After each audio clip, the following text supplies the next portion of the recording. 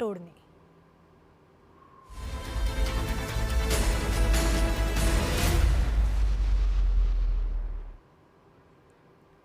વાત મહેસાણાની કરીએ કે જ્યાં ટિકિટ ન મળતા ભાજપના કાર્યકર્તાએ વિકાસ સામે સવાલ ઉઠાવ્યા છે। લોકગાયક સાગર પટેલની પત્ની રાજવી પટેલે વિડીયો બનાવીને વાયરલ કર્યો। વિસનગરના વિકાસના લીરે લીરા ઉડાવતો આ વિડીયો વાયરલ કર્યો છે। ખરાબ રસ્તા, ખુલ્લી ગટરો મુદ્દે વિડીયો બનાવીને બળાપો ઠાલવ્યો। ધારાસભ્ય અને કેબિનેટ મંત્રીની કામગીરી સામે સવાલો ઉઠાવ્યા। વિસનગરમાં વિકાસના નામે શૂન્ય પરિસ્થિતિ હોવાનો દાવો કરાયો છે। ઉલ્લેખનીય છે કે લોકગાયક સાગર પટેલના પિતા અગાઉ વિસનગર પાલિકામાં કોર્પોરેટર રહી ચૂક્યા છે। ત્યારે સસરાના શાસનકાળમાં વિકાસ મુદ્દે કેમ કોઈ સવાલ ન ઉઠાવ્યા તેને લઈને આક્ષેપો ઉઠી રહ્યા છે। ટિકિટ ન મળતા રાજવીએ બળાપો કાઢવાનો સોશિયલ મીડિયા પર દાવો થઈ રહ્યો છે।